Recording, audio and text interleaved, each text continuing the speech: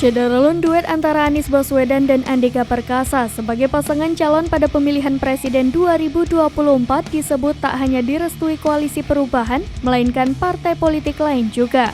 Diketahui Koalisi Perubahan merupakan rencana gabungan 3 partai politik yakni Nasdem, Demokrat, dan Partai Keadilan Sejahtera. Direktur Eksekutif Indonesia Political Opinion, Deddy Kurniasyah menilai, apabila Andika dipasang sebagai calon wakil presiden mendampingi Anies, Partai Amanat Nasional dan Partai Kebangkitan Bangsa bisa merapat. Menurut Deddy, baik PAN maupun PKB sama-sama belum memiliki beban keterikatan sehingga harus bersama-sama dengan Gerindra maupun Golkar. Namun, Deddy menyebut duet Anies Andika harus lebih intens komunikasi dengan Demokrat, sementara PKS diperkirakan berpeluang besar tak menolak pasangan tersebut. Menurutnya, hal tersebut lantaran Demokrat memiliki figur Agus Harimurti Yudhoyono yang didorong kadernya sebagai cawapres mendampingi Anies.